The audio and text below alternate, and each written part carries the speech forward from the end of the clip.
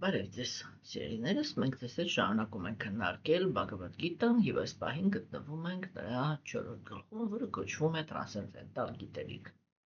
Ինչպես տեսանք, արիացիները իրենք շատ կարևորում են գիտելիքի որակը հոգևոր զարգացման գործընթացի մեջ։ Այսինքն նրանք համարում էին, որ ռեալ առաջընթացը կարելի է ապահովել միայն այն պարագայում, երբ որ կա Աստծո մասին, հոգու մասին եւ կենդանի էակի եւ Գերագույն Աստծո աստավորության մասին գիտելիքը։ Այսինքն գլխավոր գաղափարը կայանում է նրանում, որ որպեսզի անձնավորությունը ինքը շարժվի հոգևոր ճանապարհով, ինքը պետք է պատկերացվի, հստակ իմանա, թե իրեն հոգևոր աշխարհում ինչ է սպասվում։ Սովորաբար կրոնական տեսությունները, ինչպես որ դա, ասենք, փաստ է, չէ, մենք կարողանում ենք տեսնել, որ քննարկում է Գերագույն Աստծո անձնավորությունը արարչի տեսանկյունից, եւ երբ որ խոսքը արդեն գնում է, թե իսկ ինչ է սպասում կենդանի էակին հոգևոր աշխարհում, ապա այդտեղ մեծամասամբ սուրբ գրվածքները լռում են։ Եվ սա ինքնըստինքյան արդեն նշանակում է, հնչում են ուղղակի այսպես ընդհանուր գաղափարներ, որ հոգևոր աշխարհում բոլորը երջանիկ են, որ Գերագույն Աստծո ազնվորությունը ինքը սեր է եւ այլն եւ այլն, բայց միևնույնն է, թե ինչ է նշանակում այդ սերը, թե ինչի հաշվին են երջանիկ կենդանիակները, չէ՞, այդ թեմաները իրենք չեն քննարկում սովորաբար։ Եվ հենց դա է պատճառը, որ իրականում մարդը ինքը ենթագիտակցորեն չի կարող տրամադրվել ռեալ շարժվել այդ ճանապարհով, ձգտել այդ ճանապարհով գնալ, որովհետև իր համար պարզ չի, թե իրեն այնտեղ ինչ է սպասվում։ Օրինակ նյութական աշխարհում մեզանից ամեն մեկը գիտի, որ այո, իհարկե նյութական աշխարհը ինքը շատ հաճախ բերում է բավականին լուրջ կոնֆլիկտային իրավիճակների, երբ որ կենդանիակները մեկ-մեկու շատ դաժան տառապանքներ են պատճառում, բայց վերջնականում նյութական աշխարհում կարելի է մեկ-մեկ նաև ունենալ երջանկություն։ Եվ որովհետև անձնավորությունը ինքը պատկերացնում է, որովհետև տեսնում է, թե ասենք ինչպես կարելի է լինել երջանիկ նյութական աշխարհում, ապա այդտեղ ինքը ռեալ ճիքեր է գործադրում այդ երջանկության համար պայքարելու։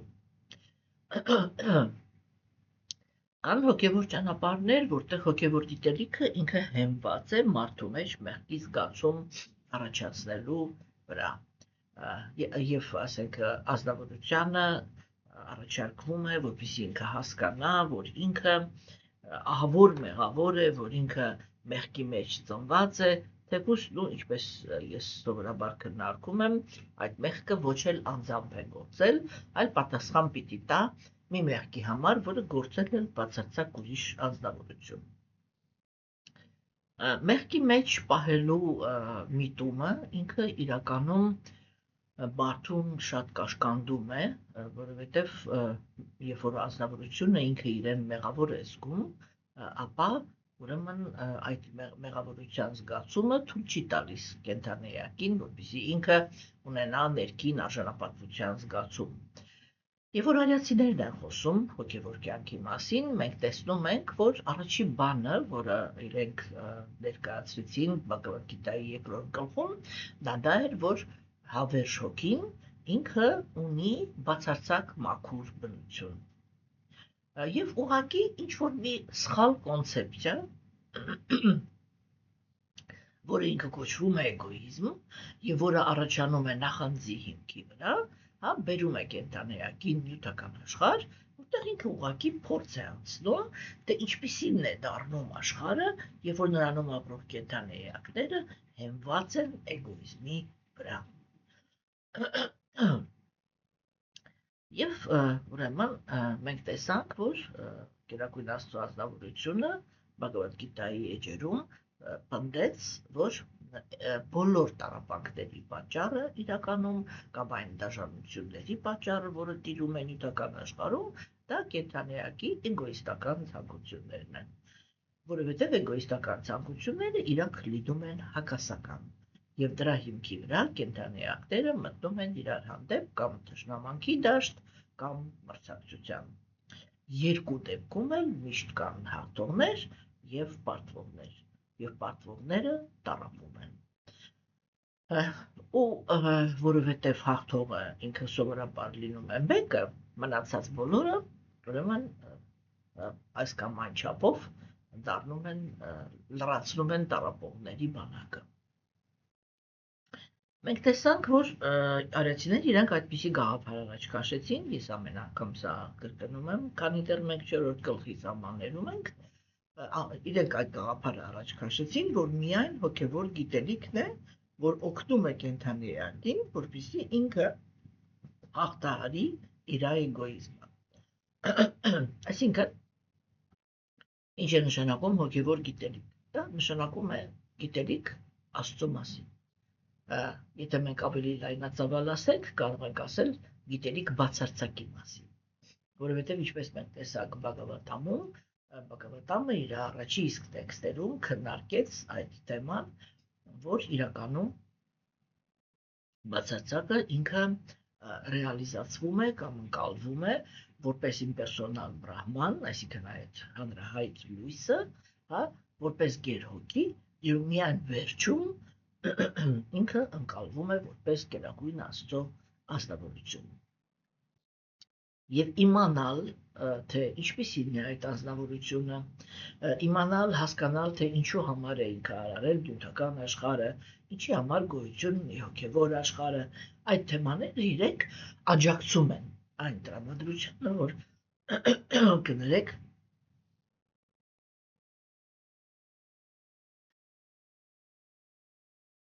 աջակցում են այն գաղափարին, որպեսզի կենդանիակը ինքը հասկանա,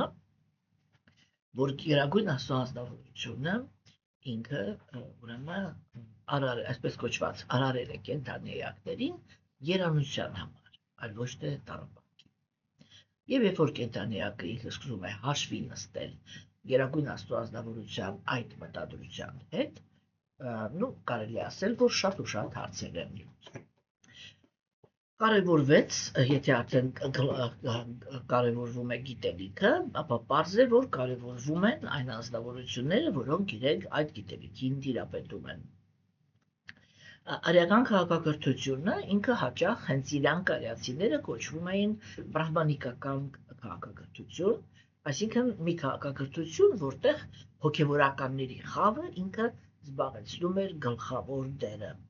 Ինչու՞, որովհետև հենց հոգևորականներն էին, որ իրենք հոգևոր գիտելիքի կրողներն էին եւ հմուտ էին այդ գիտելիքի մեջ։ Իրանք բրահմանները կամ քրմերը բաժանվում էին 3 շերտերի, դրանք առաջերտին սմարտաբրահմաններն են, այսինքն այն քրմերը, որոնք իրենք քաջատեղյակ են այդ կրոնականության, բարոյականության դաշտից եւ հմուտ են այն գործողությունների մեջ, թե ինչ է պետք անել, որպեսզի տրփանքին տրված կենդանիակները իրենք կարողանան ղեկավարել իրենց եւ դառնան առաքինի կենդանիակներ, որոնք հաշվի են նստում ուրիշ կենդանիակների կարիքների հետ։ Երկրորդ տիպի քրմերը, դրանք այն քրմերն են, որոնք իրենք որակավորում ունեն կամ հոգևորացուցիչները, որոնք իրենք որակավորում ունեն բերել կենդանիակին մինչև նյութական էներգիայի ազդեցության տակից ազատագրման։ Այսինքն, երբ որ նյութական աշխարհը այլևս այդ կենդանիակի վրա չի ազդում։ Եվ երրորդ տեսակի ուրեմն քրմերը, դրանք հոգևոր ուսուցիչները, դրանք այն ուսուցիչներն են, որոնք իրենք կարող են բերել կենդանիակին ռեալ հանդիպման գերհոգու հետ։ Եվ վերջի 4-րդ տիպի բրահմանները իրենք դա նրանք են, ովքեր որ հմուտ են այն գործում, որպեսզի վերականգնեն կենդանիակի եւ Աստծո միջև եղած հավերժ հարաբերությունները։ Այս իմաստով ուրեմն հոգևոր ուսուցչի դերը ինքը շատ էր կարևորվում արիացիների կողմից եւ Տեր Քրիստոսն ինքը բացատրեց, որ ազնվորությունը, որը իրական հոգևոր զարգացում է ուզում, պետք է գտնի իրական հոգևոր ուսուցիչ եւ այստեղ իրական բառը ինքը շատ կարևոր բառ է, հատկապես մեր ժամանակների համար, որովհետեւ մեր ժամանակներում շատ է կեղծարարությունը, կյանքի բոլոր ոլորտներում, մենք ասենք սովորաբար հարձակվում ենք հոգևորականների դասի վրա մեղադրելով իրենց, որ իրենք կեղծ հոգևորականներ են, բայց չէ որ մեր ժամանակներում կեղծ են բոլորը։ Կեղծ են բանվորները, կեղծ են բաները, գյուղացիները, կեղծ են առևտրականները, կեղծ են իշխանավորները եւ այո, շատ հաճախ կեղծ են եւ ուրեմն հոգևորականները։ Ինչու, որովհետեւ մենք ապրում ենք աստվածամերժության դարաշրջանում եւ էգոիստական տրամադրություններ ունենալը դա շատ բնական երևույթ է մեր դարաշրջանի համար եւ այդ կեղծարարությունը ինքը իրականում թափանցած է կյանքի բոլոր ոլորտներում եւ բոլոր գործողությունների մեջ, չէ՞։ Եվ ուրեմն դա արդար չի այդպես վերաբերվել միայն հոգևորականների հանդեպ, չէ՞, որովհետև մենք կարող ենք տեսնել, որ սովորական մարդը ինքը կարող է կողոպտել այն հիմնարկը, որի մեջ ինքը աշխատում է, ինչ որ հնարավոր է տանել իր տուն, չէ, ինքը կարող է ստել, կարող է դավաճանել իր գործատուին եւ այլն եւ այլն եւ այլն, չէ։ Եթե մենք արդեն խոսում ենք ուրեմն առևտրականների մասին, ապա առևտրականները իրենք մշտական խաբում են մարդուն։ Այս պահին հենց առևտրականներն են, որ թունավորում են ուտելիքը, հետո ասենք տանում են այդ թունավորված ուտելիքի հետևանքով հիվանդ մարդկանց տանում են մտցնում են բժշկություն, բժշկությունը ինքը գումար է վաստակում ազնվորության հիվանդության վրա, այլ ոչ թե նրա առողջության եւ հետեւաբար շահագրգռված է որպեսզի մարդիկ լինեն հիվանդ, չէ՞։ Այսինքն այս խաբեությունը, կեղծարարությունը իշխանավորները իրենք փոխարեն պաշտպանեն, ուրեմն եւ արդարություն հաստատեն, ով օգտագործում են իրենց իշխանությունը հենց դրա համար, որպեսզի անարդարություններ իրականացնեն, չէ՞, կամ ասենք կողոպտեն հասարակությունը եւ այլն եւ այլն։ Մենք այդպիսի իրականության մեջ ենք ապրել մեր ամբողջ կյանքը, անկախ դրանից, թե դա սովետական միությունն է եղել, թե ինչ է եղել, թե ինչպես է եղել, եւ այդպես է ամբողջ աշխարհում, ոչ միայն մեր մոտ։ Մի քիչ էսպես, մի քիչ այնպես, ինչ որ մի թեթև մի 10%-անոց տարբերություններ կան, որոնք մենք արդեն ընկալում ենք որպես ես չգիտեմ ինչ առաջընթաց։ Հասկանում եք, չէ՞։ Եվ այո, դա աստվածամերժության դարաշրջանին բնորոշ իրավիճակ է եւ այդ իրավիճակից քանի դեռ մենք գտնվում ենք աստվածամերժության դարաշրջանում եւ այդ դարաշրջանում ծնվում են աստվածամերժ կենդանիակները, իրենք բնականորեն չունեն հակում մաքրության հանդեպ։ Իրանք ունեն հակում միայն մի գլխավոր հակում՝ ազատ բավարարել իրենց կարիքները եւ իրավունք ունենալ հաշվի չնստել ոչ մի տեսակի օրենքների հետ, իսկ այդ օրենքները, որը հաստատում են աստվածամերժերը, դրանք միշտ իրենց մեջ պարունակում են շովինիզմ, այսինքն ինչ որ մեկի շահերն են սպասարկում, ոչ մի արդարություն այդ օրենքների մեջ իրականում չկա։ Եվ այսպես ուրեմն սիրելիներս, չէ, հոգևոր ուսուցիչները, որոնք իրենք իրական հոգևոր մասնավորություններ են, տիրապետում են իրական հոգևոր գիտելիքի, իրենք շատ կարևոր են հասարակության համար եւ եթե հասարակությունը ինքը ընդունում է գիտելիքի ղեկավարությունը, այսինքն իմաստությամբ է ղեկավարվում, այդ պարագայում հնարավոր է լինում շատ ու շատ խնդիրներ լուծել։ Գերագույն աստվածավորությունը ինքը առաջ քաշեց այդ գաղափարը, թե ինչպես է պետք վարվել հոգևոր ուսուցչի հետ։ Մենք տեսանք, որ ամենակարևորը հոգևոր ուսուցչի հետ հարաբերությունների մեջ դա գիտելիքի ստանալն է։ Այսինքն, երբ որ ազնվորությունը ինքը հարցադրումներ է կատարում, ինքը գտնում է հոգևոր ուսուցիչ եւ հարցադրումներ է կատարում այդ ուսուցչին, բայց միևնույն ժամանակ պետք է վերցնի իր վրա այդպիսի պարտականություն աջակցել հոգևոր ուսուցչին։ Ինչու՞։ Որովհետև հոգևոր ուսուցիչը կամ ընդհանրապես բրահմանիկական շերտը, հա, իրանք իրավունք չունեն աշխատել ինչ որ մեկի համար, որովհետև իրենք համարվում են իրականում հասարակության գլուխը, հա, եւ իրենք ոչ իրավունք չունեն ոչ մեկին ծառայելու։ Եվ այդ պատճառով հասարակությունը, դրանք ովքեր որ ընդունում են այդ անձնավորությանը որպես հոգևոր ուսուցիչ,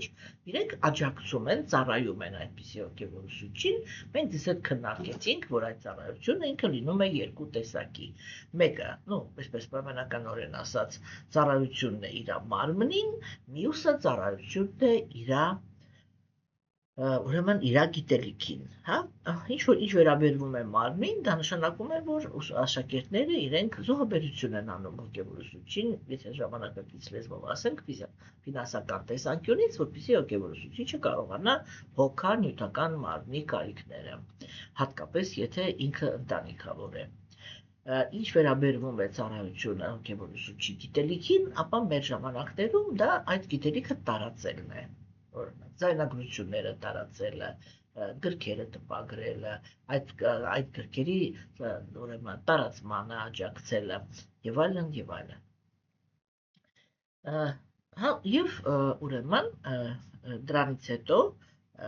մենք տեսանք, որ Տեր Շրիշնան ինքը խոսեց նրա մասին, որ կամ հոգևոր գիտելիքը կամ տրանսցենդենտալ գիտելիքը ինքը ունակություն ունի շատ ազատ մարդուն ազատագրել իր գործած իրական աշխարհում գործած բոլոր մեղքերի ծանրությունից կամ բեռից։ Սա իրականում շատ կարևոր կետ է, որովհետև մարդիկ իրենք սովորաբար հոգևոր կյանքում այդքան էլ մեծ կարևորություն չեն տալիս ուրեմն Սուրբ գրվածքը ուսումնասիրելուն։ Եվ այո, ամեն մեկը պետք է հասկանա, որ իր կրոնականության մեջ, երբ որ ինքը ընդունում է, ասենք, ինչ որ մի համարում է իրեն ինչ որ մի կրոնին պատկանելիության, ապա ինքը պետք է խիստ հետևի այդ կրոնի ուրեմն Սուրբ գրվածքի կանոններին եւ այո իր կյանքը պետք է հիմնի այն գիտելիքի վրա, որը ներկայացված է այդ գրվածքում։ Եթե անձնավորությունը ինքը չի վարվում այդպես, ապա ինքը ոչ էլ կարող է համարվել այդ կրոնի ներկայացուցիչ։ Մենք տեսանք, որ Տեր Շրիշնան ինքը առաջ քաշեց այն գաղափարը, որ հոգևոր գիտելիքը ինքը ունի շատ հետաքրքիր ուժ ընդհանրապես այրելու կենդանի էակի մեղավոր գործողությունները։ Ինչու է այսպես տեղի ունենում, որովհետև իրականում մենք պետք է հասկանանք, թե ինչու է Գերագույն Աստծո ազնվորությունը, ընդհանրապես ինչու է կենդանի էակին տրվում տառապանքը։ Տեսեք, կենդանի էակին տառապանքը ինքը տրվում է այն պատճառով, որպեսզի իրականացվի այդ հանրահայտ բանաձևը։ Մի արա ուրիշի հետ այն, ինչ որ չէիր ուզի, որ արվեր քո հետ։ Եվ երբ որ դու ուրիշի հետ վարվում ես այնպես, ինչպես որ իրականում չէիր ուզի, որ վարվեին քո հետ, հա, ուրեմն համապատասխան Գերագույն Աստծո ազնվորությունը ինքը քեզ դնում է այն նույն իրավիճակի մեջ, ինչ որ դու արել ես ուրիշի հետ։ Եվ այդ ժամանակ դու կարողանում ես իրականացնել, թե ինչպիսի տառապանքների միջով է անցել այն ազնվորությունը, որին դու անցկացրել ես այդ բաների մեջ, ինչու համար է դա պետք, որպեսզի կենդանի էակը ինքը գա այդ կարծիքին, որ ես այլևս ոչ մեկի հետ, ես տեսա, թե ինչպես է կենդանի էակը, ինչպես է մարդ տառապում, եւ որ իր հետ այսպես է վարվում, եւ ես երբեք ուրիշ ոչ մեկի հետ այդպես չեմ վարվի։ Սա է էլի գլխավոր ուրեմն գաղափարը, չէ՞։ Ուրեմն սիրելիներս, մենք եւ դրա հաշվին, երբ որ ինքը այդ որոշումը ընդունում է, տառապանք տալը կորցնում է իր իմաստը, որովհետեւ տառապանքը իրան տրվում էր, որպեսզի ինքը գա այդ ճիշտ եզրակացությանը։ Իսկ երբ որ ինքը գիտելիքի հիմքի վրա գալիս է այդ եզրակացությանը եւ որոշումներ է ընդունում իր համար շտկելով իր ներքին վերաբերմունքը արտաքին աշխարհի հանդեպ, չէ, ապա այդ տառապանքի գործոնը ինքը արդեն դառնում է ավելնորդ, որտեղ կենդանի էակը ինքը հասկացել է այն, ինչի համար որ իրան այդ փորձը տրվում էր։ Եվ դրա համար կա այսպիսի մի օրենք։ Նրանք, ովքեր համարում են իրենց հոգևոր մարդիկ, բայց չեն ղեկավարվում հոգևոր գիտելիքով, այդ անձնավորություններն են, որ անցնում են տառապանքի միջով։ Եվ այդ ժամանակ հոգևոր զարգացումը ինքը լինում է ցավալի process։ Իսկ եթե կենդանիակը ինքը հենվում է գիտելիքի վրա, եւ այդ գիտելիքի հիմքի վրա գալիս է ճիշտ եզրակացությունների, ապա այդտեղ տեղի է ունենում այդ ամենակարևոր բանը, որ տառապանք տալը այլևս ոչ մի իմաստ չի ունենում, ինքը կորցնում է այդ իմաստը, եւ այդ ժամանակ ուրեմն գիտելիքի հաշվին զարգացող կենդանիակները իրենք սովորաբար իրենց հոգևոր կյանքում լինում են բավականին երջանիկ։ Ես նույնիսկ կասեի, որ իրենք երջանիկ են լինում անկախ նրանից, թե արտաքին, ասպես էլի, ոնց որ կենցաղի մեջ ինչպիսի ճանապարհ են անցնում։ Իրանց մեջ իրանք միշտ լինում են բավարարված եւ լուսավորված կենդանի էակներ։ Ուրեմն, սիրելիներս, եւ այսօրվա մեր տեքստը շարունակում է Տեր Քրիշտան թեման, մենք կանգնել ենք 38-րդ տեքստում, ես ներողություն եմ խնդրում, վերջին անգամ քննարկել եմ մի տեքստ, որը մենք արդեն քննարկել էինք, ուղղակի ինչ-որ մի պահ, այսպես բավականին երկարատև ընդմիջում եղավ, եւ ես կորցրել էի այդ բանը, թե մենք որ տեքստի վրա ենք կանգնել,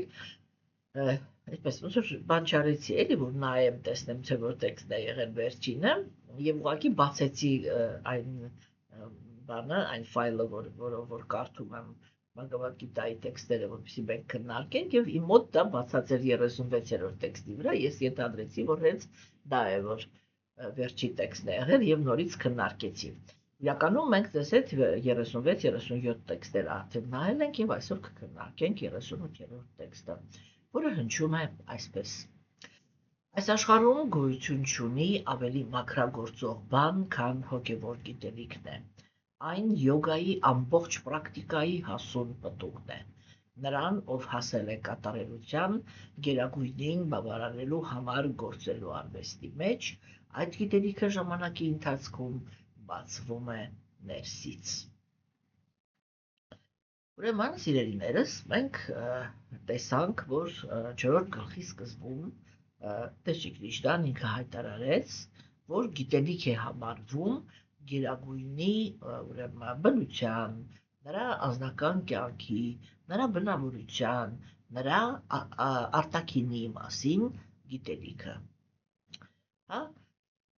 Եվ մենք տեսնում ենք, որ ամբողջ 4-րդ գլխի ընթացքում Տեր Քրիշտան ինքը այսպես կարմիր գծով առաջ է տանում այդ գաղափարը, որ տրանսցենդենտալ գիտելիքը այն թեմաներով, որը ես հիմա թվարկեցի,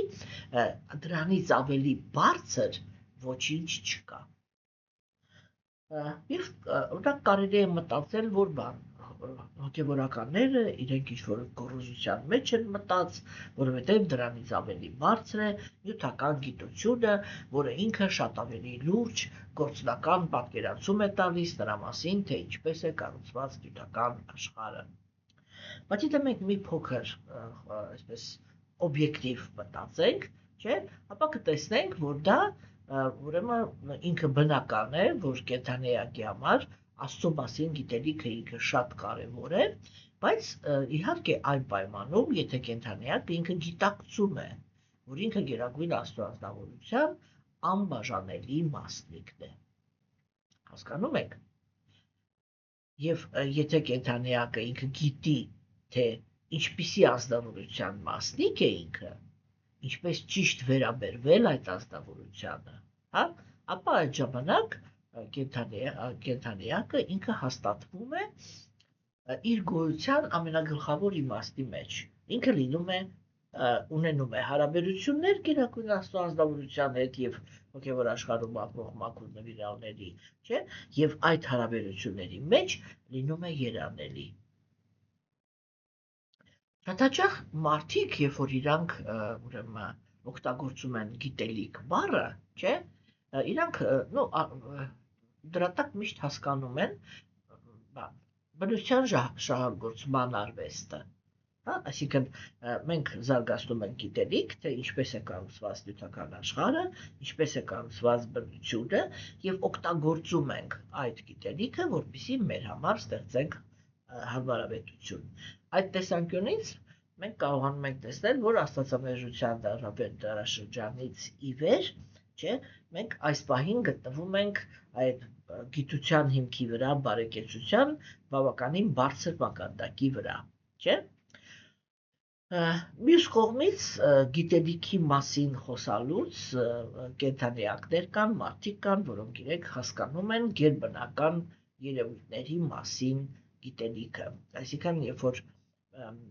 մենք պիտի հասկանանք, որ երբ որ խոսքը գնում է գերբնական հնարավորությունների մասին, ապա այդտեղ խոսքը գնում է ոչ թե ինչ-որ կամ սատանայական, կամ ինչ-որ գոյություն չունեցող բանի մասին, Արիացիները իրենք մի շատ կարևոր գաղափար առաջ քաշեցին, չէ, որ գոյություն ունի կոպիտ մարմինը, կոպիտ նյութը եւ նուրբ նյութը,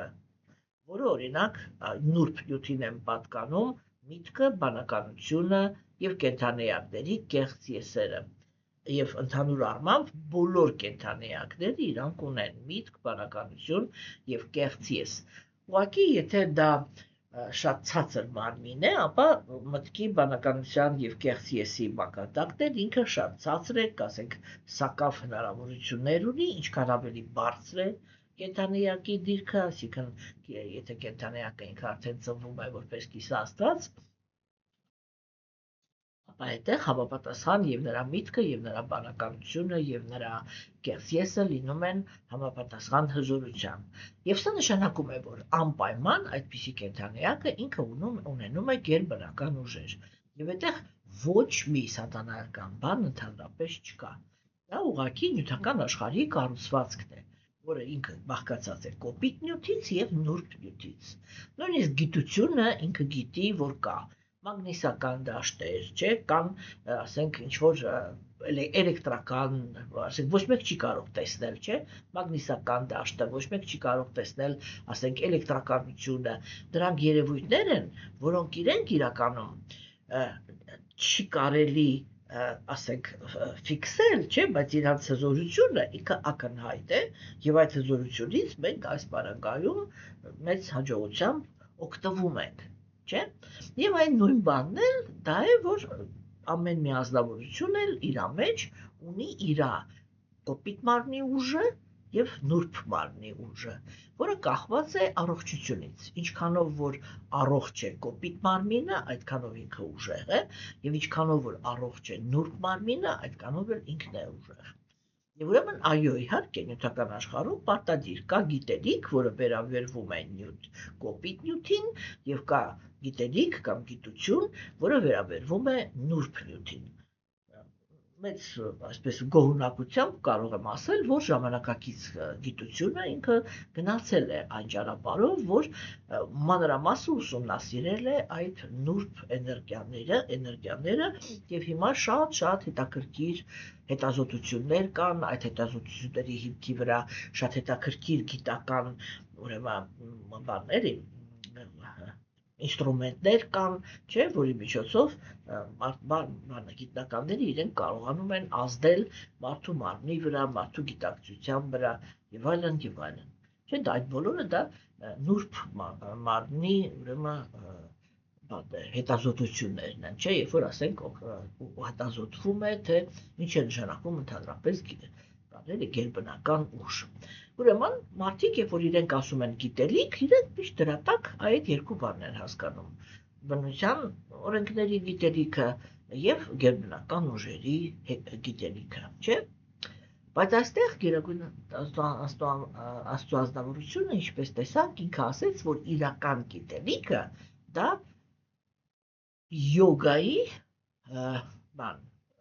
յոգայի պրակտիկայի հասուն պտուղն է։ Եվ այստեղ մենք անպայման նորից պիտի անդրադառնանք այդ թեմային, որ պետք է ճիշտ հասկացողություն զարգացնենք, ինչ են ասում արիացիները, երբ որ իրենք ասում են յոգա խոսքը, որովհետև ժամանակակից մարդիկ իրանք ունենալով մոտեցում ունենալով արիական քաղաքակրթության գաղափարախոսությանը յոգա բառի տակ արդեն հասկանում են միայն ֆիզիկական վարժությունները, որոնք իրենք ամենաշատը կարող է, ասենք, այդ կյանքի հոսքերը կարգավորեն կամ չգիտեմ կունդալինի հետ աշխատեն եւ այլն, չէ՞։ Բայց իրականում երբ որ խոսվում է յոգայի մասին, դա առաջի հերթին խոսվում է առաստված գնացողների մասին, որտեղ արիացիները իրանք բոլորը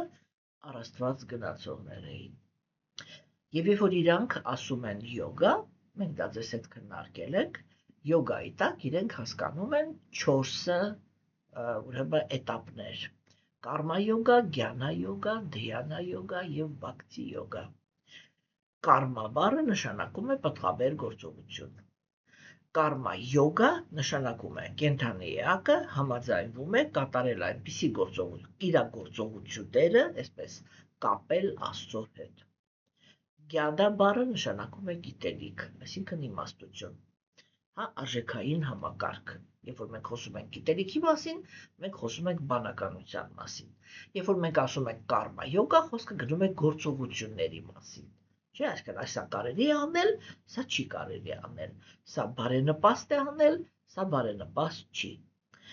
Երբ որ մենք խոսում ենք արդեն գյանա յոգայի մասին, մենք խոսում ենք իմաստության մասին, այսինքն դա յոգայի մի process է, որտեղ կենդանեակը իր արժեքային համակարգն է կապում գերագույն Աստծո ազնվորության հետ, այսինքն Աստծո հետ է կապում իր բանականությունը։ Երբ որ գալիս է արդեն ուրեմն դհյանա յոգա, իսկ հաթխա յոգան, որը մենք հիմա բավականին լայնատարած օգտագործվում է մարդկության կողմից, ինքը դհյանա յոգայի այդ սկզբնական փուլն է, Եվ դհյանա յոգա դա նշանակում է մեդիտացիոն յոգա, մեդիտացիա բառը մեր ժամանակներում շատ արժեզրկված է, ես դա մշտական ասում եմ, Եվ այդ մեդիտացիոն յոգան դա նշանակում է, որ կենդանեակը ինքը իր միտքն է կապում գերագույն Աստծո ազնվորության հետ, այսինքն մտքով բացարձակապես կենտրոնանում է հոգևոր թեմաների վրա, խորասուզվելով Աստծո բնության մեջ, Եվ վերջի փուլը դա բhakti յոգան է, որտեղ կենդանեակը այդ կենտրոնացման հաշվին հայտնաբերում է գերհոգուն եւ վերականգնում է իր հետ իր հավերժ հարաբերությունները։ Ուրեմն, երբ որ այստեղ Տեր Կրիշնան ինքը ասեց յոգայի պրակտիկայի պտուղ, ինքը նկատի ունի այդ էվոլյուցիոն ճանապարհը։ Կարմա յոգա, գյանա յոգա, դհյանա յոգա, բhakti յոգա եւ դա համարվում է հարաբերություններ վերականգնել Աստծո հետ, դա համարվում է յոգայի պրակտիկայի կատարելությունը։ Եվ դրա համար տեքստը ինքը ասեց, որ նա ով հասել է կատարելության գերագույնին բավարարելու համար գործելու արվեստի մեջ, այդ գիտելիքը ուրեմն ժամանակի ընթացքում բացվում է իր համար ներսից։ Եվ ուրեմն մենք տեսանք, որ այդ ուրեմն քննարկեցինք ձեզ հետ, թե յոգան ինքը ընդհանրապես դա ինչի մասին է խոսքը, չէ՞։ Մյուս կողմից յոգայի բոլոր ուրեմն այդ պրակտիկաները իրենց մեջ ընդգրկում են փուլ առ փուլ գերագույն Աստծո ազնվորության, այսինքն գերագույնի իրականացման կոմպոնենտը, չէ՞։ Կարմա յոգայի մեջ կենդանեակը ինքը հասկանում է, որ կա գերհոգի, որը ղեկավարում է ամեն ինչ։ Գյանա յոգայի ընթացքում բացարձակը ինքը իրականացվում է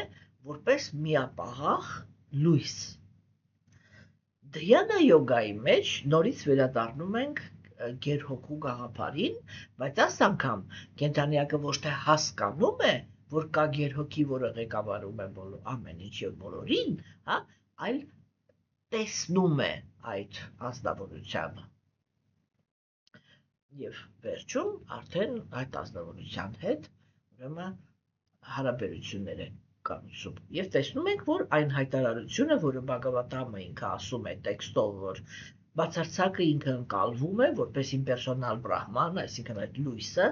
որպես գերհոգի եւ որպես գերագույն Աստծո ազնվորություն, ուրեմն այս 4 յոգաները իրանք հենց կենդանեակին անցկացնում են այդ բացարձակի 3 ասպեկտի ռեալիզացիայի ճանապարհով։ Չէ՞։ Ուրեմն Կարմա յոգան ինքը այն մասին գիտելիք է այն մասին, թե ինչպես սեփական գործունեությունը կապել տիրոջ ազնվորության հետ։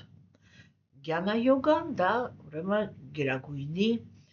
էության հետ, հա, ինչպես կապվել, այսինքն ինչպես գիտակցել, որ ես նույնպես հավերժ հոգի եմ, ինչպես եւ բացարձակը։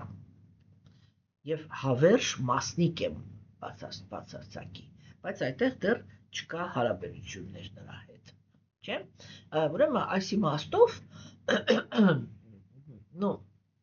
երբ որ խոսացվում է յոգայի պտուղների մասին, այստեղ տեքստում, չէ, ապա առաջի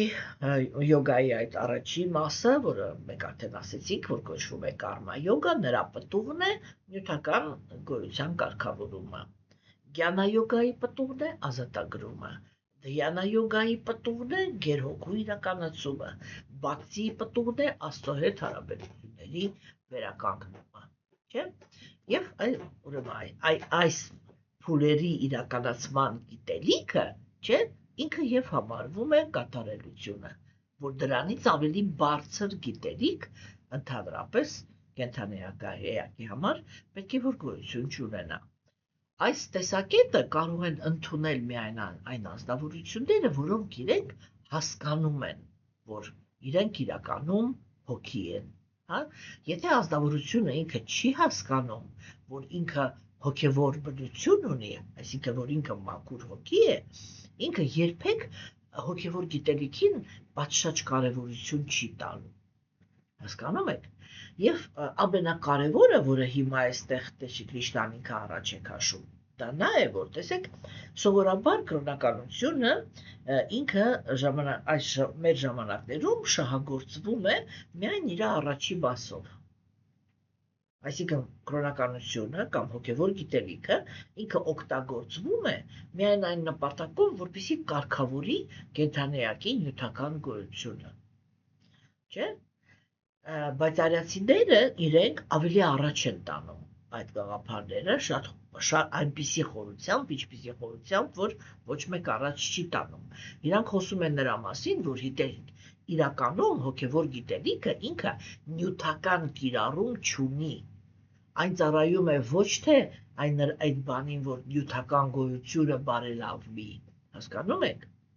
այլ հոգևոր գիտելիքը ինքը նախատեսված է նրա համար, որպեսզի կենդանեակին նյութական աշխարհի ճիրաններից դուրս բերի,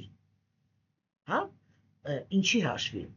Առաջերտին նրա հաշվին, որ կենդանեակը ինքը գիտակցում է, որ ինքը ունի հոգևոր էություն։ Եվ երբ որ ինքը հասկանում է, որ ինքը այս նյութը չի, այլ ինչ-որ մի հատ ուրիշ էլեմենտ է, մենք երկրորդ գլխում այդ թեմաները քննարկեցինք, չէ՞, թե տրամաբանությունը ինչպես է вообще, որ կետերում կարելի է հայտնաբերել, որ դու չի կարող պատահի, որ դու լինես ուղղակի այս մարմինը, չէ՞, որտեղ մենք ոնց էր գնում այդ անալիզը։ Անալիզը ինքը գնում էր այդպես, որ կենդանեակը ինքը իր մեջից արտահայտում է այնպիսի ձգտումներ, որի փորձը ինքը նյութական աշխարհում չունի։ Եվ իրականում այն ինչ կոչվում է կենդանեակ, իր բնությունով գտնվում է ուղղակի հակասության մեջ բնությունի հետ։ Հասկանում եք,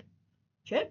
Եվ ինչ է այնտեղ գլխավոր գաղափարը որն է, որ նյութական աշխարհը ինքը կենդանեակներին ապահովում է ժամանակավոր կյանք, սահմանափակ գիտելիք եւ տառապանքի ու երջանկության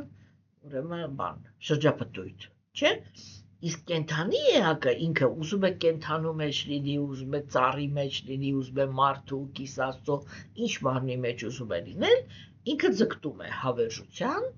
ձգտում է կատարյալ գիտելիքի եւ ձգտում է անխախտ երանության։ Տեսեք, այս երեքից ոչ մեկը նյութական աշխարհում չկա, բայց կենդանեակը ինքը դրան է ձգտում։ Եվ սա նշանակում է, որ ինքը նյութից ստեղծված չի, ինքը հակասության մեջ է գտնվում նյութի հետ։ Իսկ երբ որ մենք խոսում ենք հոգևոր աշխարհի մասին, տեսեք, ասենք, եթե նույնիսկ ասենք հոգևոր գիտելիքը ինքը ես միշտ դա ասում եմ, հորինված է մարդկանց կողմից, չէ՞, ապա այն ազնվորությունները, որոնք իրենց թվացել է, որ հորինում են, իրականում իրենք ռեալ առաջ են քաշել գաղափարներ, որոնց հիմքի վրա մենք կարող ենք հասկանալ, որ մենք այս նյութի հետ կապ չունենք, որտեղ իրանք ռեալ նկատել են այսպիսի բաներ, որ կենդանի էակը ինքը իր արտահայտված որակներով հակասում է նյութական բնությանը, հասկանում եք, չէ՞, ուրեմն այդ հոգևոր գիտելիքը օգտագործել նյութական խնդիրները լուծելու համար, դա այդքան էլ ճիշտ չի, բայց մենք կարող ենք ասել, որ ուրեմն հոգևոր գիտելիքը ինքը որպես երկրորդական պտուղ, այսա շատ կարևոր է, որ հոգևոր գիտելիքի առաջնային պտուղը դա հոգևոր զարգացումն է, իսկ նյութական պտուղները, դրանք նրա երկրորդական պտուղներն են, հասկանում եք, որոնք, ես միշտ ասում եմ, որ այդ երկրորդական պտուղները իրանք արտացոլում են Աստծո այն մտադրությունը, որ գերագույն Աստծո ազնվորությունը ինքը բոլոր այդ փուլերում շատ մեծ ուշադրություն է դարձնում եւ հաշվի է նստում կենդանեակի գիտակցության մակարդակի հետ, որովհետեւ մեր գիտակցությունը ինքը աղտոտված է էգոիզմով։ Եվ դա կոչվում է նյութական գիտակցություն։ Եվ գերագույն Աստծո ազնվորությունը ինքը բոլոր փուլերում, չէ՞, այսինքն ինչ որ այդ կեղծ եսը, կենդանեակի կեղծ եսը շոյելու ինչ որ մի հատ կոմպոնենտ է մտցնում, որպեսզի կենդանեակի հոգևոր զարգացումը լինի փափուկ եւ սահուն։ Առաջի փուլում, կարմա յոգայի փուլում, գերագույն Աստծո ազնվորությունը ինքը շոյում է կենդանեակին այդ բանով, որ ինչքան լավ է, որ դու բարոյական ես։ Այդ բարոյականությունը քեզ հարգանք է բերում։ Հաջորդ փուլում, երբ որ արդեն խոսացվում է ազատագրման մասին, նյութական արդյունքը դա իմաստությունն է։ Իմաստությունը, որի դիմաց արտաքին աշխարհը կենդանեակին հարգանք է մատուցում։ Այսինքն շոյվում է նրա կեղծ եսը, որ իրան ընդունում են որպես իմաստունի։ Հասկանում եք, երրորդ этаպում, չէ, կենդանեակը իր նյութական արդյունքները դա գերբնական հզորություններն են, եւ մարդիկ կամ հարգում են կամ վախենում են այն անձնավորություններից, որոնք գերբնական ուժեր ունեն, եւ այդտեղ այդ կեղծ եսը ինքը բավարարվում է դրանով, չէ, որ ինքը կարողանում է իշխել նյութական էներգիան, այսինքն ինքը կարող է անել այնպես, որ ամեն ինչ լինի այնպես, ինչպես որ ինքն է ուզում։ Հասկանում եք, չէ, եւ արդեն բակտի յոգայի մեջ, որտեղ որ վերականգնվում են հարաբերությունները Աստծո հետ նախասկզբնական շրջանում, գերագույն Աստծո ազնվորությունը իրան այնպես է պահում, որպեսզի կենդանեակը ինքը մտածի, որ ինքը ամենալավ Աստծո ծառան է։ Եվ այդտեղ այդպես է էլի կեղծ եսը շոյում։ Հասկանում եք, չէ՞։ Այսինքն Աստված ինքը մտադրություն ունի միշտ հաշվի նստել, բոլոր փուլերում հաշվի նստել կենդանեակի այդ բաները նյութական գիտակցության կեղտոտվածության չափի հետ։ Եվ դրա համար հոգևոր գիտելիքը ինքը տալիս է նյութական արդյունք, հոգևոր արդյունք, նյութական արդյունք, հոգևոր արդյունք։ Եվ ցանկացած этаպում, եթե կենդանեակը ինքը վերցնում է նյութական արդյունքը եւ սկսում է այդ արդյունքը վայելել, ինքը չի կարողանում օգտվել հոգևոր պտուղներից։ Այսինքն իր հոգևոր աճը կանգնում է։ Բա երբ չի կանգնում, չէ՞ որ այդ նյութական արդյունքը ինքը բոլոր դեպքերում գալիս է, չէ՞։ Ինքը չի կանգնում, երբ որ կենդանեակը ինքը նյութական արդյունքը վերցնում է եւ օգտագործում է հոգևոր աճի համար։ Հասկանում եք։ Այսինքն երբ որ ինքը բարոյականությունը օգտագործում է, որ Աստված բավարարված լինի իր պահվածքով։ Իմաստությունը օգտագործում է, որ ավելացնի իր հրաժարվածությունը, այլ ոչ թե հարգանք վայելի, հա, չգիտեմ, բանը կենտրոնացումը կամ միստիկական ուժերը ինքը օգտագործում է, որպեսզի ճղի անցնի նյութական շերտերը եւ դուրս գա ռեալ դուրս գա դեպի արդեն այդ լույսը, գելոքի եւ այլն, չէ՞։ Այսինքն ռեալ ճանապարհ անցնի, կամ ասենք բացի յոգայի մեջ այն ամենը ինչ որ ինքը անում է Գերագույն Աստծո ազնվորության համար, անի ոչ թե դրա համար, որ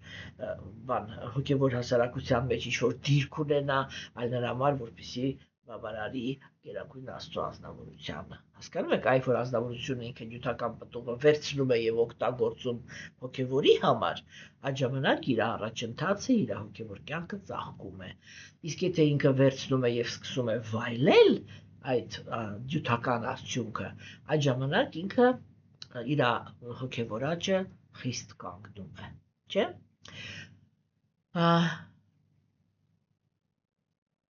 Ուրեմն յոգայի կատարելությունը կամ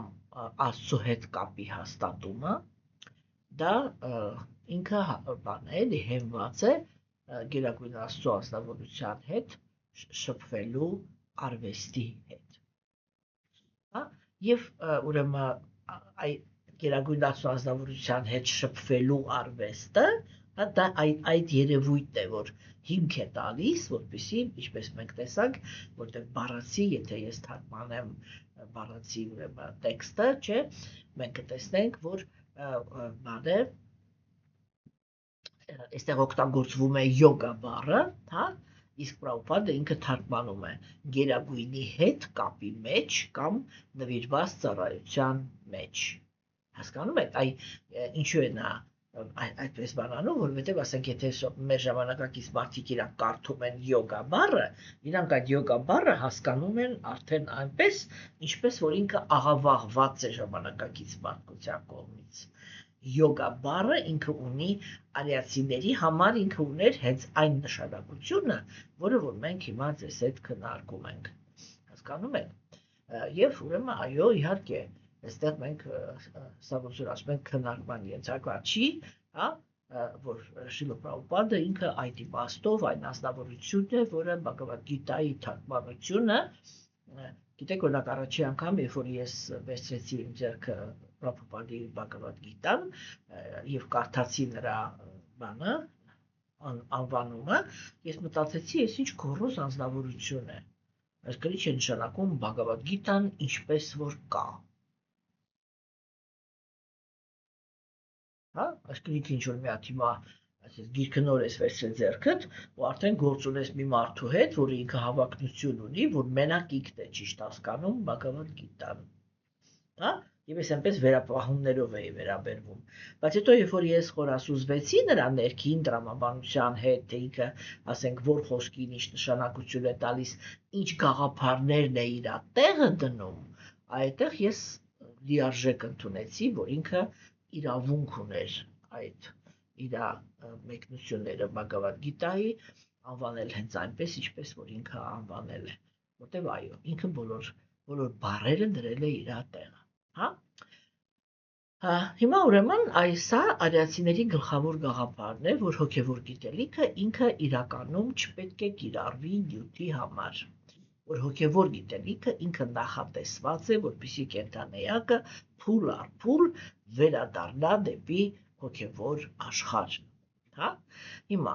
ուրեմն յոգայի կատարելությունը կամ Աստծո հետ կապի հաստատումը, դա, ինչպես մենք արդեն խոսեցինք դրա մասին, դա խոսքը գնում է ուրեմն Գերագույն Աստծո ազնվորության հետ շփվելու արվեստի մասին։ Եվ երբ որ ուրեմն այդ արվեստին կենդանեակը ինքը տիրապետում է, այստեղ ուրեմն եկավ մի հատ շատ կարևոր փաստ, որ երբ որ կենդանեակը ինքը տիրապետում է Գերագույն Աստծո ազնվորությանը նվիրված ծառայություն կատարելու արվեստին, գիտելիքի իմաստը իր սրտում սկսում է բացվել։ Ինչի մասին է խոսքը։ Այդ խոսքը հենց դրա մասին է։ Հասկանում եք, որ Գերագույն Աստծո ազնվորությունը ինքը անձնավորություն է։ Եվ երբ որ կենդանի էակը ինքը ճիշտ տրամադրությամբ է մոտենում այդ անձնավորությանը, չէ, ինքն էլ իր հերթին իր քայլերն է կատարում դեպի այդպիսի անձնավորությունը։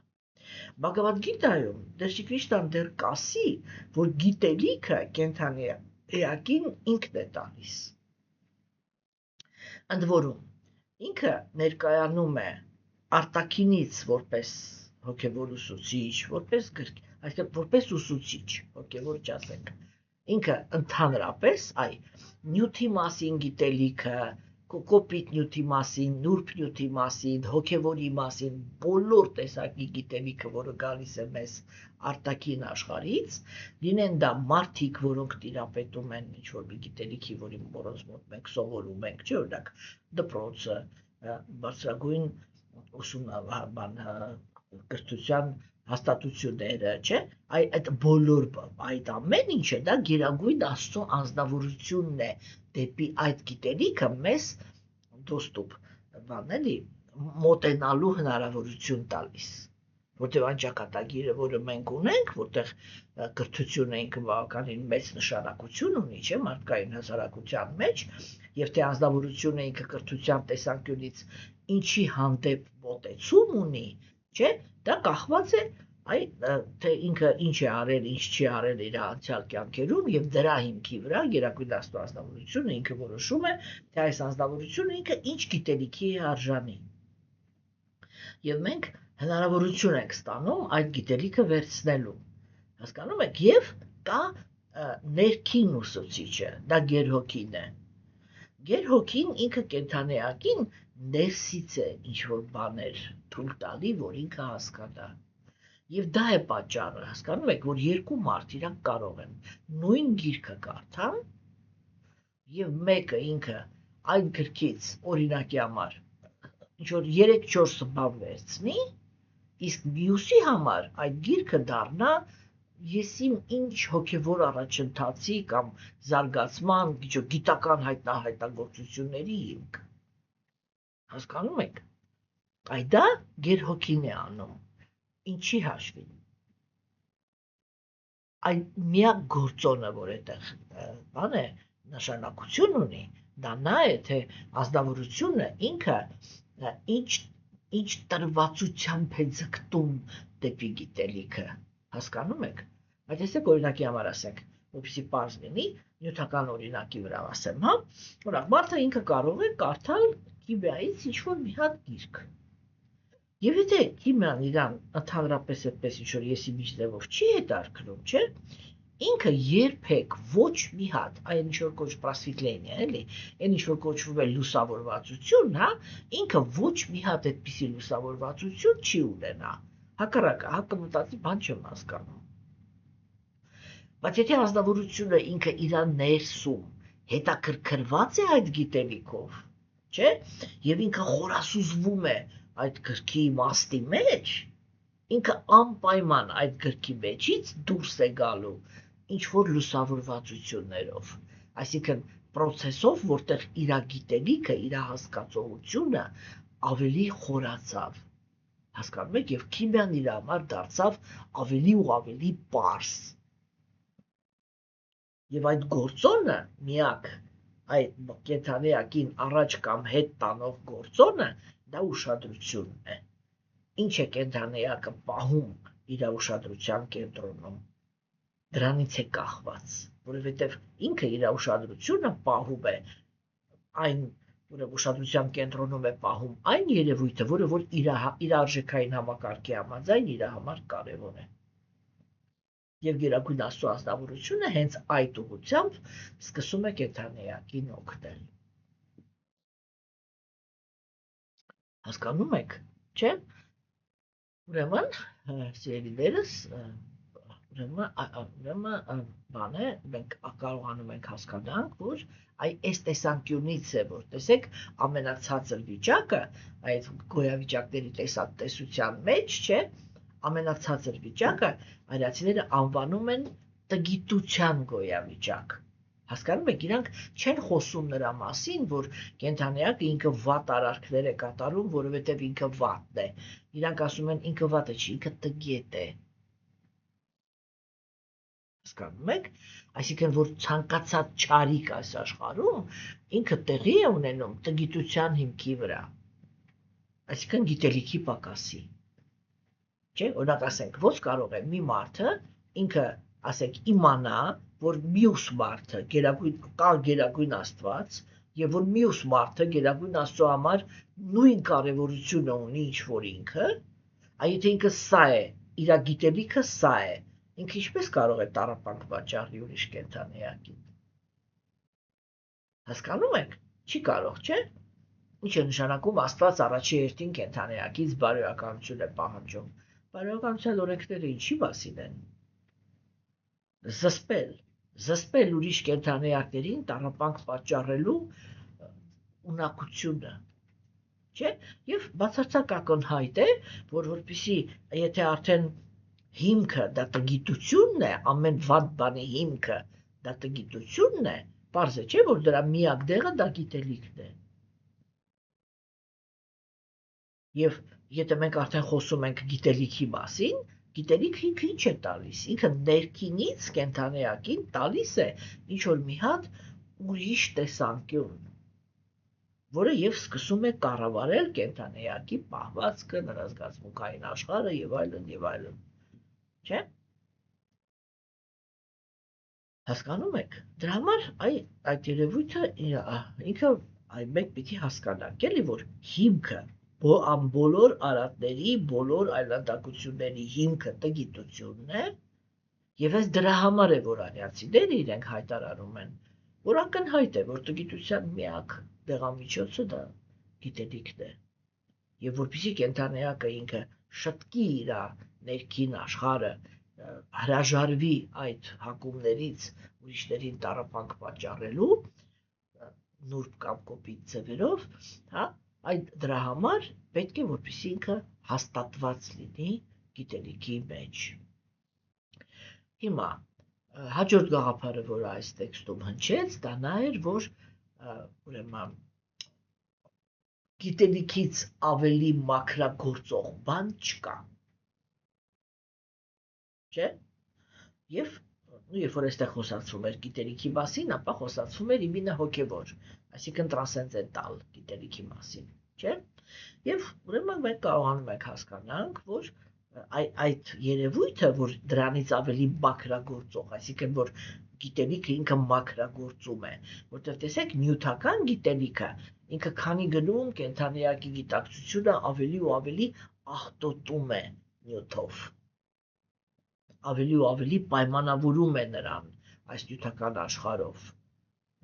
ավելի ու ավելի է խրում այն գաղափարի մեջ, որ նյութը դա միակ ռեալությունն է, չէ՞, եւ միայն հոգեվոր գիտելիքն է, որ իրան սկսում է բերև բարձրացնել, չէ՞։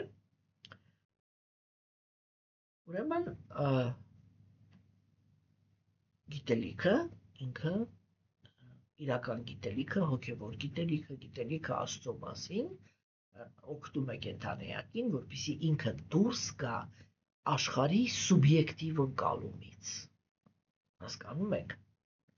Որովհետև միանգամայն ակնհայտ է, չէ, որ ասենք ամեն մի մարմին, օրինակ, տեսեք, մենք պարզ բաներ ենք, չի ասում, մենք ասում ենք շունը ամեն ինչ տեսնում է սև ու սպիտակ։ Ինչ-որ մի կենդանու էակի մարմին չունի ոտքեր, ինչ-որ մի կենդանի էակի մարմին չունի աչքեր, հա, այսինքն կան այնպիսի կենդանիակներ, որոնք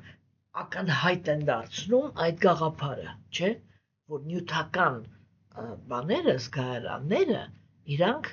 կատարյալ չեն իրանց ընկալման մեջ։ Եվ դա նշանակում է, որ ցանկացած նյութական մարմնի մեջ կենդանիակը ինքը աղավաղված է ընկալում իրականությունը։ Չէ՞։ Այ մենք նոր խոսում էինք դրա մասին, որ կան նուրբ էներգիաներ կան, որոնք մարդը ինքը չի ընկալում։ Մենք չենք ընկալում, չէ՞։ Մագնիսական դաշտերը, էլեկտրական դաշտերը, չգիտեմ, ձայնի հաճախականությունը եւ այլն մենք չենք ընկալում։ Բացի որ իրականում, չէ, եթե մենք օրինակ այդպիսի տեսողություն ունենանք, մենք պիտի հասկանանք, չէ, որ նույնիսկ այս պահին, երբ որ ես խոսում եմ, չէ, ես ինչ-որ օթին ինչ-որ Կալիբանյաներ եմ չէ տալի։ Եվ այդ Կալիբանյանները իրանք ռեալ տեղի են ունենում, բայց մենք դա չենք տեսնում։ Մենք ուղղակի լսում ենք ձայնը, որովհետև այդ Կալիբանյաները կանջի մեբրանան շարժում են։ Նոր պապարատե չէ իրականում։ Հասկանում եք, այսինքն մենք կարող եթե այսպես սթափ դատենք, մենք կարողանում ենք հասկանալ, որ նյութական ցանկացած մարմին ինքը բան է անում, սահմանափակում է կենդանի էակին։ Առաջի հերթին ինչով է սահմանափակում։ Առաջի հերթին սահմանափակում է նրանով, որ մենք աղավաղված ենք տեսնում, որովհետև չենք տեսնում, որ մենք հոգի ենք։ Չէ՞։ Ուրեմն սա նշանակում է, որ նյութական էներգիան, նյութական մարմինը ինքը նախատեսված է, ինքը իրականում տգիտության բան է, էլի, արգասիկ, տգիտությունից դուրս եկած բան է, հասկանում եք, եւ դրա համար ցանկացած նյութական մարմին ինքը սահմանափակում է կենդանի էակի կալում։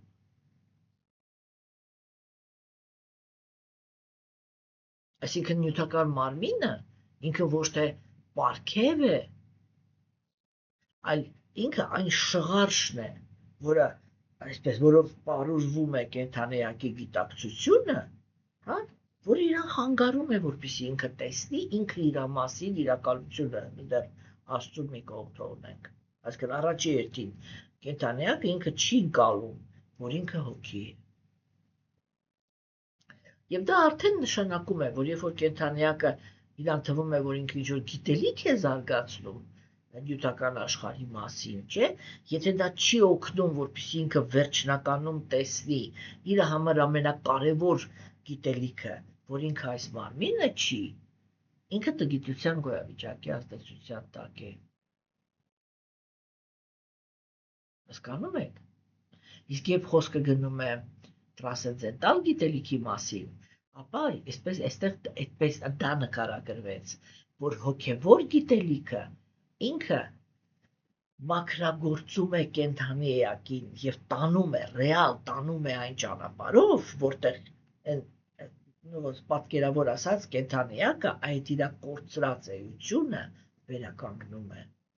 որ ես ոչ թե լսել եմ, որ ես հոգի եմ, ոչ թե հավատում եմ, որ ես հոգի եմ, հասկանում եք, այլ ես իրականացրել եմ, որ ես հոգի եմ, այսինքն ես դա գիտեմ, որ ես հոգի եմ, այս մարմնի հետ, այսպես էլի, իլյուզիայով կապված, չէ՞, հասկանում եք, եւ երբ որ խոսքը գնում է մաքրության մասին, դա նշանակում է, որ ի շնորհիվ այդ երևույթի, այսինքն տրանսցենդենտալ գիտելիքի, չէ՞, կենդանի էակը ինքը անցնում է այդ մաքրագործման գործընթացով։ Հասկանում եք, եւ այն ամեն ինչը, այսինքն ինչ է ուզում հիմա ասել Տեր Քրիստոսն, որ այն ամեն ինչը, ինչ որ մարդը ինքը կարող է համարել գիտելիք, եթե այդ գիտելիքը իրան խորասուզում է նյութական աշխարհի մեջ, դա տգիտություն է։ Եվ ինքը մաքուր չի։ Հասկանում եք, եւ որ մաքուր է այն գիտելիքը, որը հոգևոր կենդանի էակին նյութական ստրկությունից դուրս է բերում։ Եվ դրա համար է, որ հոգևոր կյանքի մեջ ամենակարևորը դառնում է հոգևոր գիտելիքը։ Հասկանում եք։ Հիմա տեսեք, եւ այստեղ մենք ձեզ հետ քննարկել ենք, չէ, որ հոգևոր գիտելիքի հետ կապված կա մի խոսալու շատ կարևոր թեմա։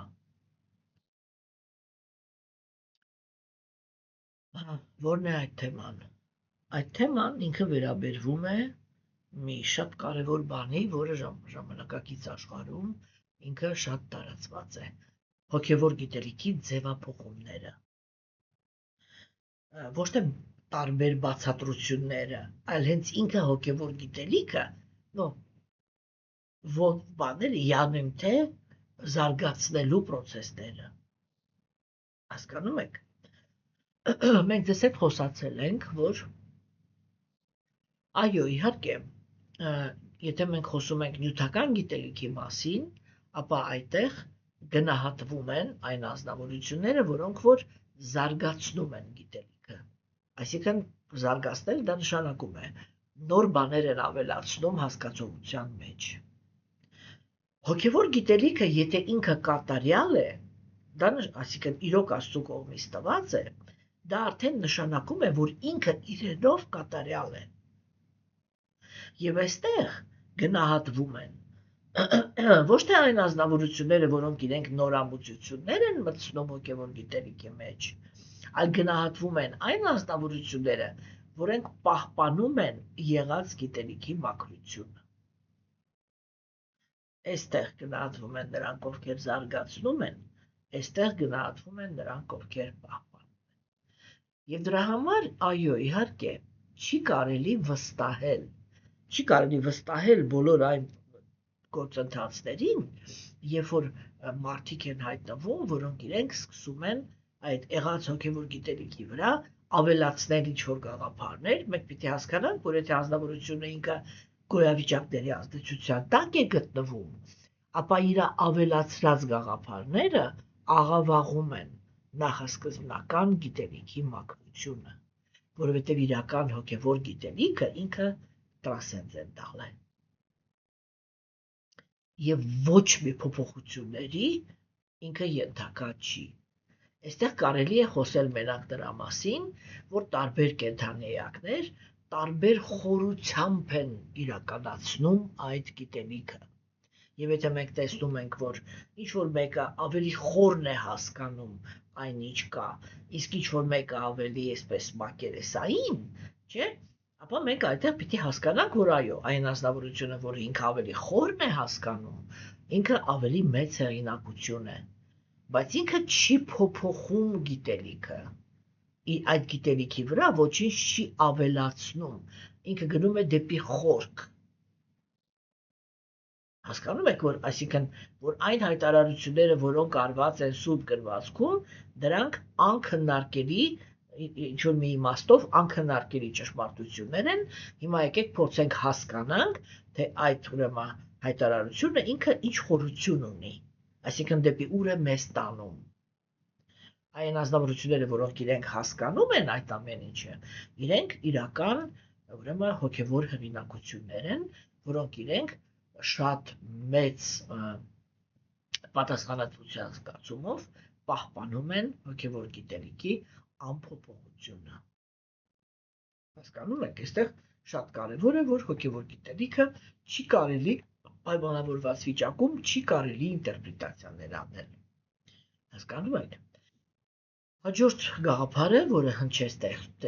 տեքստում, դա նա էր, որ ուրեմն հոգևոր գիտելիքը ինքը միստիկայի պտուղ է, այսինքն այն ամեն ինչը, ինչ կենդանիակը ինքը ձգտում է ստանալ միստիկական ուժերի միջոցով, կա այդ գիտելիքի մեջ։ Իսկ ինչի է ձգտում, ինչպես է ընդհանրապես կենդանիակը ձգտում օգտագործել միստիկան։ Միստիկան ինքը պետք է նրա համար, որպեսզի ունենալ իշխանություն իրական աշխարհի հանդեպ։ Գերագույն Աստծո անձնավորությունը ասում է. նա ով նվիրված ծառայություն է կատարում ինձ, զգայական վայելքը, ազատագրումը եւ միստիկական ուժերը խոնարհ կանգնած իր դռան առաջ, այսպես այս նամաստե բան ձեռքերը դրած, խոնարհ կանգնած սպասում են հնարավորությանը, որպեսզի ծառայեն այդպիսի նվիրան։ Այսինքն գերագույն Աստծո անձնավորությունը ինքը այնպես է անում, երբ որ կենդանիակը ինքը մաքուր ծառայություն է մատուցում գերագույն Աստծո անձնավորությանը, գերագույն Աստծո անձնավորությունը իր հերթին այնպես է անում, որ նյութական աշխարհը իր բոլոր բաղադրիչներով, ծառայի այդպիսի նվիրալին։ Ինչի համար, որովհետև ինչի վրա է օգտագործում դա նվիրյալը։ Հասկանում եք, նվիրյալը ինքը ոչ զգայական վայելքի հնարավորությունները, ոչ ազատագրումը եւ ոչ էլ միստիկական ուժերը իր սեփական շահերի համար չի օգտագործում։ Ինքը այդ հնարավորությունները օգտագործում է, որպեսզի աջակցի, որտեղ մաքուր նվիրյալները իրանք գալիս են այս աշխարհ,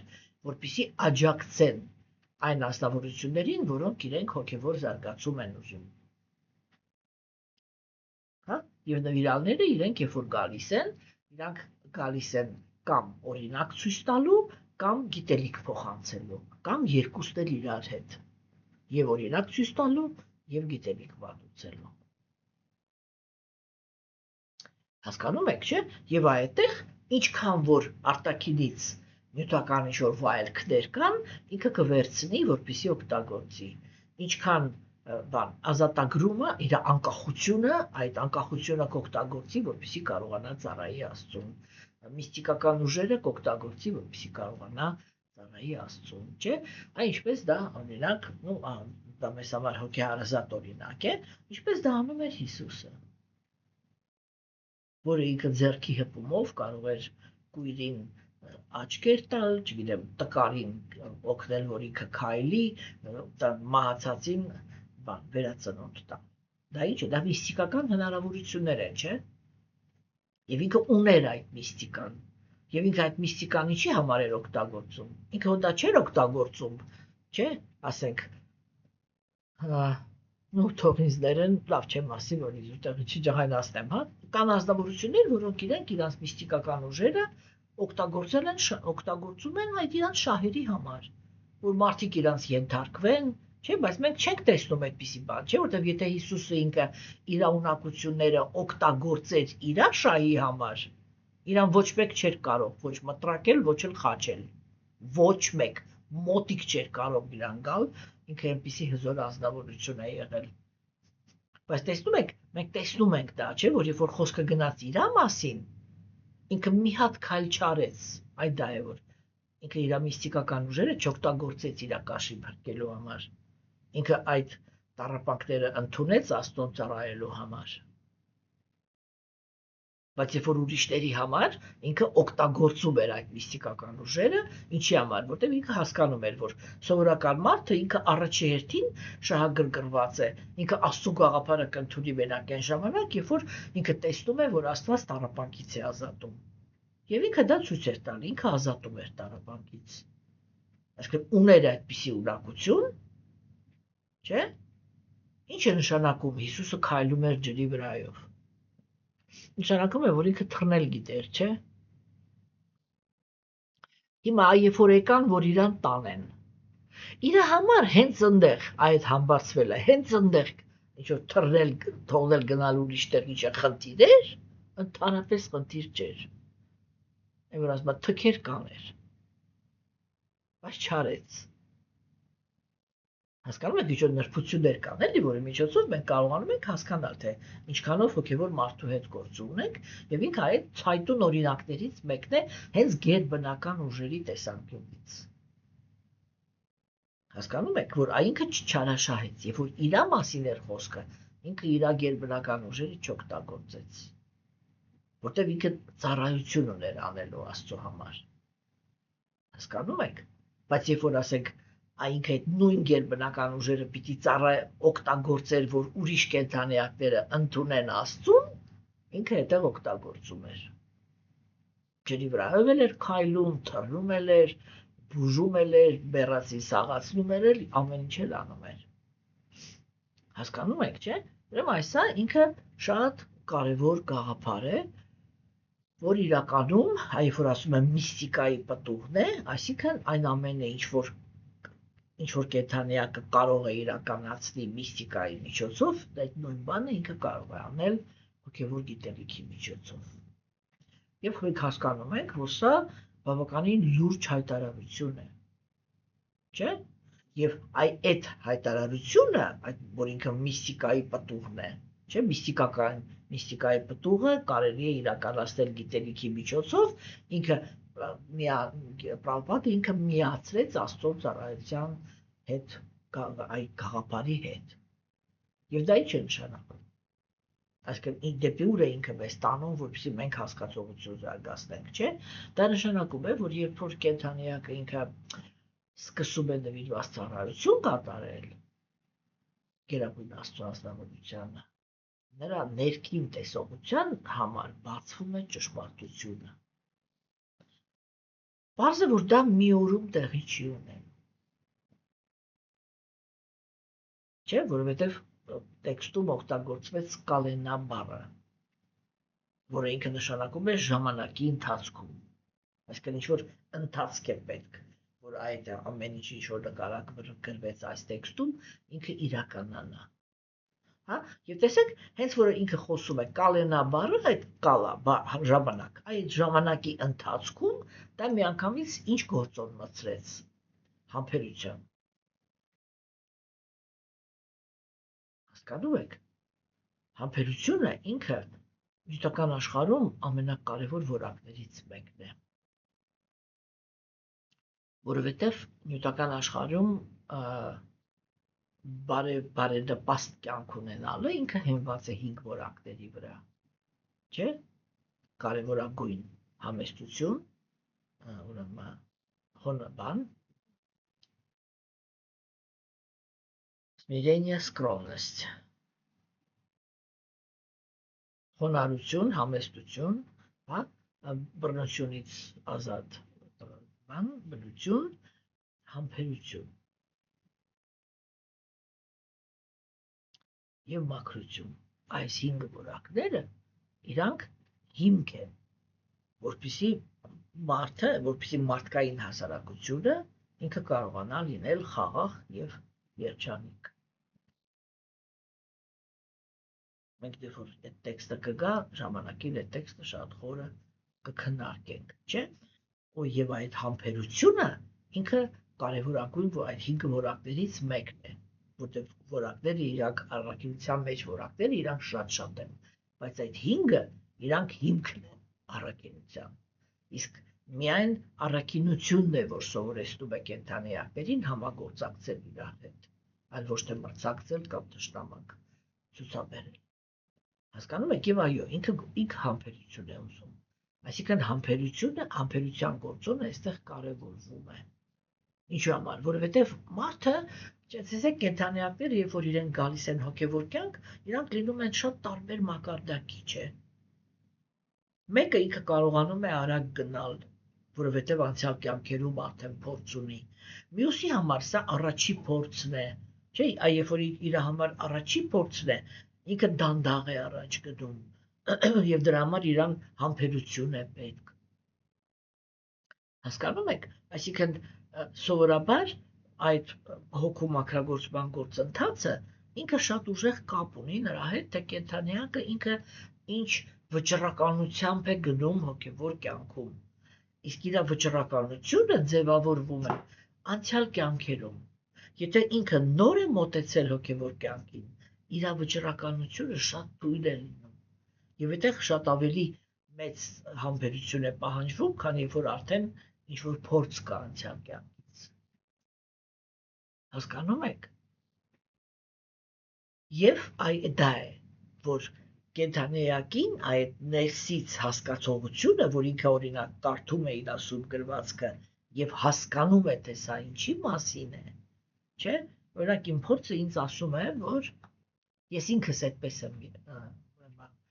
ընդհանրապես խորասուզվել այս գիտելիքի մեջ, չէ՞, որ երբ որ առաջի անգամ ես արդեն պատմել եմ, որ առաջի անգամ ինձ ավտոբուսի մեջ մի երիտասարդ ուղղակի ծնկներից դրեց Ռամաչարակայի «Пути достижения индийских йогов», հա,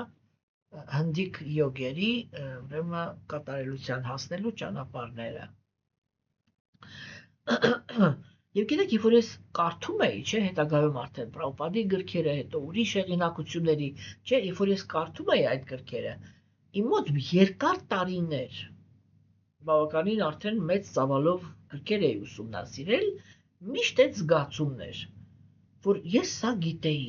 ես սա էլ գիտեի, ինչ-որ հոգեհարազատ գաղափարներ են, որը ես գիտեմ։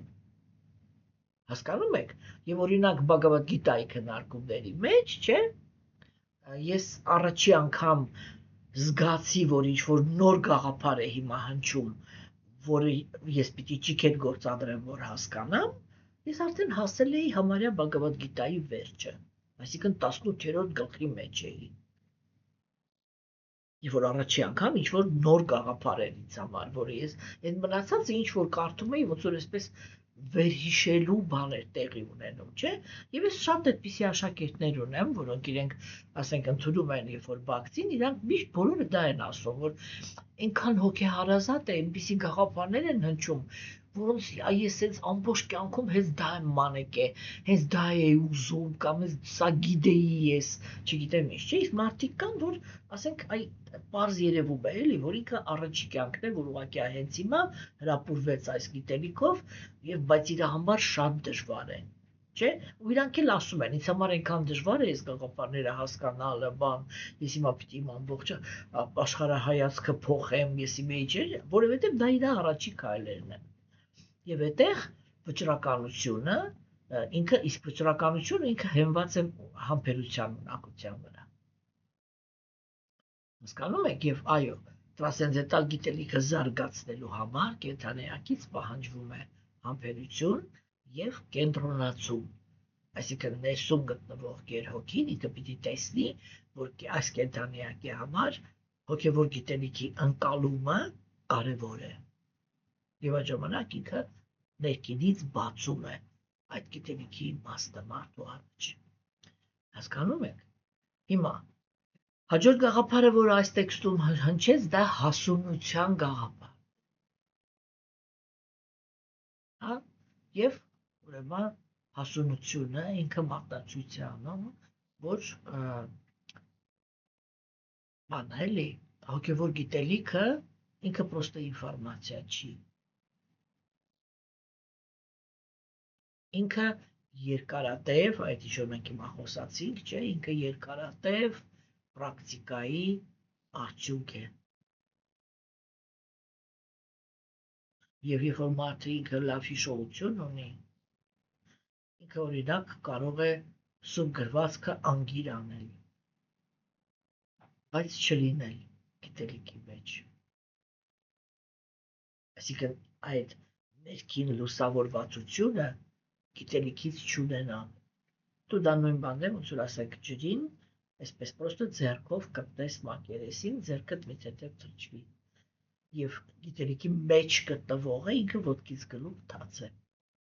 Հա? Եվ այս է պայմանը, որ գիտելիքը ինքը բացվում է մաքուր սրտում։ Գիտելիքը ինքը մաքրում է կենթանի էակին եւ շարունակում է այսպես գիտեք ոնց է էլի, ինքը այսպես հետաքրքիր բան է էլի ստացվում, որ երբ որ կենթանիակը ինքը գիտելիքի հետ շփվում է, գիտելիքը ինքը մաքրում է կենթանիակին, հետո ինքը այդ մաքրության դեմաց ավելի շատ է բացվում։ Այսինքն կենթանի էակի միակ նախաձեռնությունը, որը ինքը պետք է ցույց տա, դա նա է, որ ինքը իրան բերում է կոնտակտի մեջ գիտելիքի հետ։ Հասկանում եք, եւ վերցնում է գիտելիքը։ Իսկ ինքը գիտելիքը արդեն այս բանով, որ համ ինքը մաքրագործում է, համ էլ այդ մաքրագործության դիմաց ավելի ու ավելի է բացվում կենթանիակի առաջ, ինքը իրականում հոգեվոր զարգացումը դարձնում է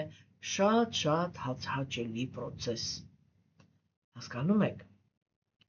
Եվ այդ ժամանակ է, որ կենթանի էակ, օրինակ եթե կենթանիակը ինքը տեքստերը ուղղակի անգիր է անում, որպեսզի հեղինակություն նստի հոգևոր հասարակության մեջ, չէ՞։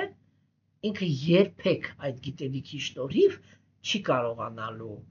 իրականացնի, որ ինքը հոգի է։ Իսկ երբ որ ինքը ուսումնասիրում է այդ գիտելիքը, որպես այդ էլի, որպես որ ճանապարհ անցնի, այսինքն գերագույն Աստծո ազնվորությունը ներսից ինքը տեսնում է, որ սա անկեղծ հոգի է, որը ոչ թե փորձում է հոգևոր գիտելիքը շահարկի, շահագործի իր շահերի համար, այլ ուզում է հոգևոր զարգացում ունենա, այդ ժամանակ գերագույն Աստծո ազնվորությունը կենթանիակի մեջ այդ գիտելիքի իմաստը, այսպես այդ փայլատակում էլի պրասվիտլենիա, այսպես մի կերպ չեմ կարող գտնեմ այն բառը, որը նույն համը զգամ, էլի այդ պրասվիտլենյաների մեջ ազնվորությունը ինքը ուրեմն մեծ ուրախությամբ, մեծ ցնծությամբ զարգանում է եւ բավականին արագ իրականացնում է, որ ինքը հոգի է, այլ ոչ թե լսել է նրա մասին։ Հասկանում եք, ուրեմն սիրելիներս, այստեղ այսօրվա մեր տեքստը ինքը քննարկեց այդ թեմաները Ես նորից կրկնեմ տեքստը, որպեսզի ինքը մնա մեր հիշողության մեջ։ Այս աշխարհում գոյություն չունի ավելի մաքրագործող բան, քան հոգևոր գիտելիքն է։ Այն յոգայի ամբողջ պրակտիկայի հասուն պտուղն է։ Նրան, ով հասել է կատարելության, գերագույնին բավարարելու համար գործելու արվեստի մեջ, այդ գիտելիքը ժամանակի ընթացքում բացվում է ներսից։ Եվ բոլոր դրանք, ովքեր որ անկեղծ են լսում, ես ուզում եմ վերջում ցանկանալ, որպեսզի դուք ձեր անկեղծության դիմաց անպայման, ոչ թե որ ցանկանամ, դա հենց այդպես էլ լինելու է, որ եթե դուք անկեղծ եք մոտենում հոգևոր գիտելիքին, դուք անպայման ունենալու եք լուսավորումներ, ունենալու եք միշտ ներքին բավարարված եւ երջանիկ վիճակ, դրա հաշվին եւ ժամանակի ընթացքում կարծում եմ, որ բավականին արագ իրականացնելու եք, որ դուք իրական մարմին չեք, այլ հոգի եք։ Եվ այդ պահից սկսված հոգևոր կյանքը ձեզ համար դառնալու է շատ լուրջ ճանապարհ։ Եվ այսօր այսքանը, սիրելի